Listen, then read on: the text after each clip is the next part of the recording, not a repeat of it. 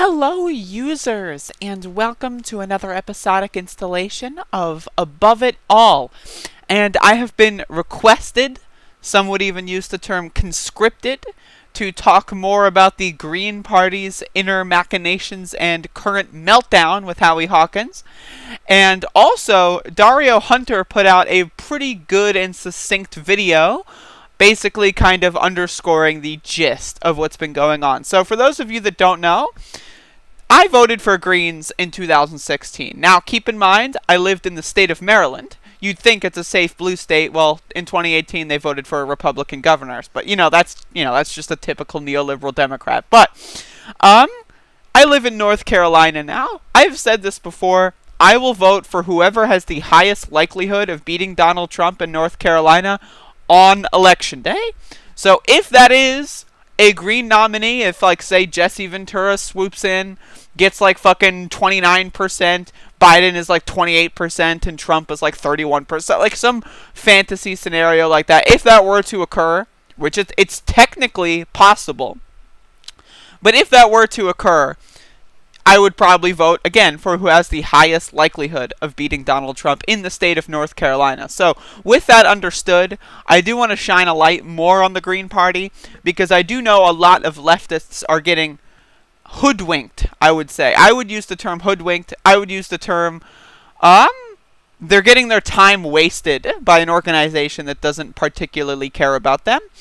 And I noticed this pretty much I first started looking into the Green Party as ASAP when Bernie drops out. And I just noticed it's fishy. I'm not a huge fan of Howie Hawkins. He seems like a, relatively decent guy as far as issues go. But he does not have the same charisma or the speaking power of Jill Stein. And that's saying something. And so I looked more at Dario Hunter, who is the still what it seems to be runner-up. And he seems way cooler. He seems like the Bernie Sanders of this whole party. And then obviously Jesse Ventura comes along and says, I'd be interested in it, but I'm not going to campaign for it. I think that's kind of silly. I think it's also kind of silly to just say, to allow a situation where someone doesn't campaign and doesn't run and then just hand them the nomination. That is a little problematic. However, if people vote for him anyway, it's not undemocratic. And the point here is I'm going to start letting Dario's video play, and I'm probably just going to let the whole thing play, or at least until the major points are gone. But there's been a lot of corruption in the Green Party's election process. Now, one thing I just want to say explicitly, to my understanding, if you vote in the Democratic primary, you cannot vote in the Green primary, and vice versa. So I think anybody voting in the Green primary is someone that should have voted for Bernie Sanders. And I'm just going to say this straight up. If you voted for the Green candidate instead of Bernie Sanders in your primary, honestly, Jesus fucking Christ. And the fact that the Green Party doesn't have a system or a method of governance where it's okay, let's just do a national primary after the Democratic primary is over, and then that way, if we have any disaffected Democrats coming in, they can vote for us and they can join us and they can feel welcome. I thought it was kind of stupid that I voted for Bernie in the primary because that had a real chance of change, and then now I have no say in the Green primary, and they expect me to vote for them, and then other people expect me to vote for Greens. I don't think so. So Dario Hunter is going to talk about Howie Hawkins' very, very problematic primary record here in the 2020 campaign.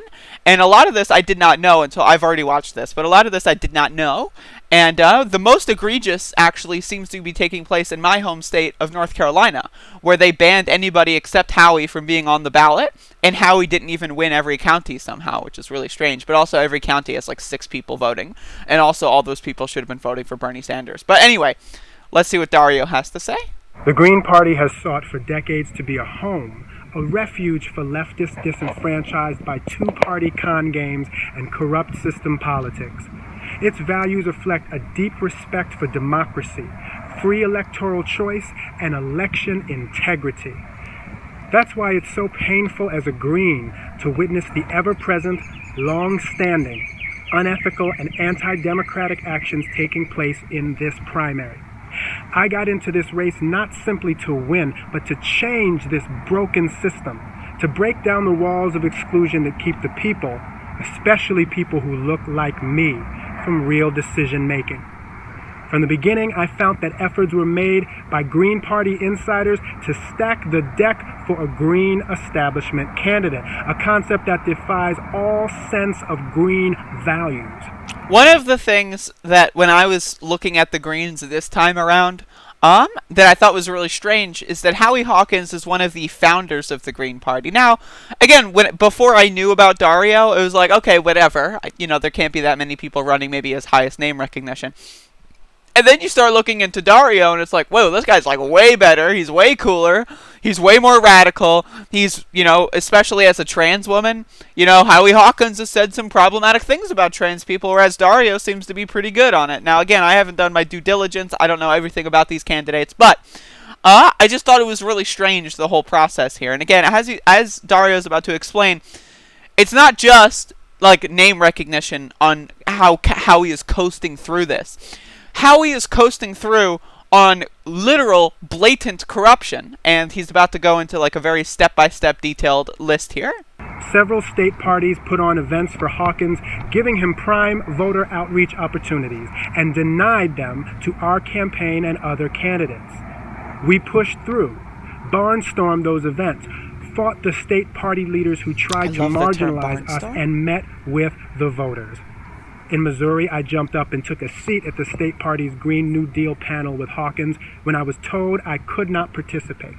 And at Illinois and Massachusetts conventions, I called everyone in attendance to hear me speak during a break in the agenda, because no candidates other than Hawkins were allowed on the agenda. Early on, we learned troubling things about the relationship between the Hawkins campaign and party leadership. Party co-chair Andrea Cuellar was serving simultaneously as the manager for his campaign, even campaigning at the party's annual national meeting, with her attendance subsidized by the party as a co-chair.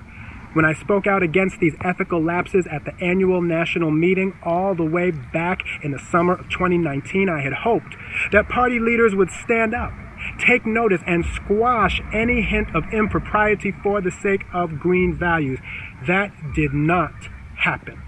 In fact, we received the backlash of complaints from many party leaders and self-appointed Green gatekeepers who brushed aside the ethical lapses in deference to a misguided sense of Green unity.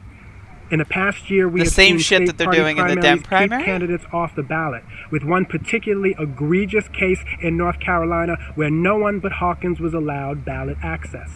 We have seen the rules bent for Hawkins, allowing him to maintain dual membership with another party despite a clear rule to the contrary. We have seen state parties publicly promote the Hawkins campaign before their own primary had taken place. State parties have held phantom primaries internally with no public notice and unsurprising results in Hawkins' favor. And we have seen delegate allocations that defy all sense of proportional representation, a value that is a part of our Green platform. So I want you to just watch the rest of the video on your own time a little bit here, because I don't want my video to be forever, and I do want to add a few more things. Hold up. My brain just stopped working. Hold the phone. I just want everyone to know I did a lot of weed last night, and I woke up and I'm still a little high, and I totally just forgot what I was going to say. So just give me a second. Right. If you're going, like, my thing with the Green Party is that it's a time sink. And again, I know there's a lot of people that are super, like, we're going to get Jesse in there, or we're going to get Dario in there, and, like, that's all well and good. And if that's what your little, side project would be, that's fine.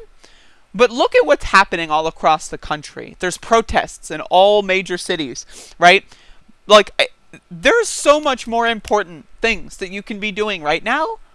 And, like, obviously, and again, I'm not saying you need to dedicate all your time to one thing, But, like, there's a lot of people that are, like, eat, sleep, and breathe the Green Party. And it's like, I understand you're excited. I get that this is your thing. But, there's so much more important. And this is what I was starting to say during the Bernie campaign, is that the main thing about the Bernie campaign was building an organizational apparatus that if Bernie were to lose, or if anything were to happen to him, we could stay connected. And for the most part, it seems that that's kind of not happened. Like, the people that are organized and have organized around Bernie aren't organizing outside of Bernie. And that's what's very troublesome. And that's what's happening with the Green parties. Again, when Bernie dropped out, you had all the people switch into, okay, now I'm just going to put all my energy into Biden. Now I'm going to put all my energy into the Green Party. Now I'm going to put all my energy into Howie Hawkins because I'm not going to reset. This is the thing I hated about this the most. Is there's so many people out there that just look, they Googled Green Party, they saw who was in the lead, and then it's like, oh, I'm a Howie Hawkins supporter. It's like, if you are a Bernie Sanders supporter and you just default to Howie Hawkins that quickly when all this stuff is going on, then were you ever really a leftist? And that's the thing about the Bernie movement, and I don't want to sound like I'm a Puritan here, but the thing about the Bernie movement that was so special was it was able to bring together leftists, liberals, and conservatives into one big umbrella with the policy agenda. And so, like, when you see people, like, just default support to Howie Hawkins because he's the leading, like, green person, it's just, that's strange to me. That's just a really bizarre thing. Because if that were your mentality, if your whole thing were a unity around what we agree with, why aren't you a Biden supporter? Like, that's the same state of mind. So all those, and I'm not saying that if Howie Hawkins, if you've researched the candidates and you genuinely prefer Howie to, you know, Dario or, you know, to Jesse Ventura or whatever, that's fine. But I find that most people that are having, like, hashtag Howie Hawkins 2020 in their Twitter bios don't know anything about the primary process, and that's becoming increasingly infuriating given what's going on with Dario. Just basically, I've been following Dario for a couple months, and I just see him tweet like, oh yeah, I'm just at this thing I shouldn't be at, but I'm talking anyway, and no one else is here, or, you know, oh, we're going to organize our own events because we're not allowed the main ones. And it's just, the more I see this, and it's like, what? What's going on? And then you have a bunch of people like try to criticize me because I say I'll vote for whoever's the likeliest person to beat Trump in North Carolina. I have people that are like, Howie 2020 people criticizing me for falling in line and bending the knee. It's like, bitch, what the fuck are you doing? But again, I'm not trying to get into like a Twitter war or a flame war. I'm just trying to bring awareness to this because I don't agree with the Green Party's goals. I don't agree with party politics. And this is my thing. I'm a direct action oriented person. I don't care about party. Right? Like, if I ever run for a seat, I might run as a Republican. I might run as a Democrat. I might run as a Libertarian. I might run as a Socialist. I might run as an Independent. I might run as a Green. Whatever I think is the most interesting for my specific case in that, you know, potential future campaign, I don't care about the party. You know, I would totally run as a leftist, anarchist Republican. Why? I live in the South. You know, a lot of people would just anti-vote. A lot of people would just not vote for me based surely and solely on the fact that I was a Democrat. And so, because of that, it might be easier to run as a Republican. I'm not going to change my politics, but the thing is, the party doesn't matter. And that's what I want to preach. I want to advocate that we should, you know, all barnstorm one party or just barnstorm every party and just be leftists in politics. And that's my thing here. And so, again, super skeptical of the Green Party. And again, I voted for them in 2016. My first national general election vote as a 19-year-old was for Jill Stein. And I can't say, or a 20-year-old, and I can't say that I'm going to vote for Green in North Carolina unless the Greens promote a candidate that I can put my support behind. Because I don't live in a safe blue state anymore. A safe blue state that elected a Republican governor, by the way, because the Democrat governor believed in Medicare for all. We can't have that. Fuck Maryland, by the way. But either way, like, I live in North Carolina. This is an actual swing state. I cannot and will not, you know, if it does come down to North Carolina and it does come down to Trump winning because of my vote, which is totally possible, I do think if the machinations and the forces behind Biden's victory are there, that my vote won't really matter in the long run. However, it is possible. So I will vote for whoever has the highest chance of beating Trump. And if the Greens can promote a candidate, and if Greens can get a candidate out there that can get 15% by like October or something, then I will put my mouth, or I will put my words behind helping the Greens, because I don't want to vote for Joe Biden. That's the thing, is I hate Joe Biden. He's a piece of garbage. I don't want to vote for him. So I will put my fucking effort behind the Greens all the way up until Election Day, but I cannot promise you that I will vote for a Green if they're not polling higher than whoever the Democrat is. Or at least, like, you know, if the Greens are like 27% and Biden's like 29% and Trump is like 30, I might vote for the Greens. You know, that's totally something I can see myself doing. But it's just one of those things where, again, to anybody that was a Bernie fan, if you just defaulted to Howie Hawkins, I implore you, please rethink this decision.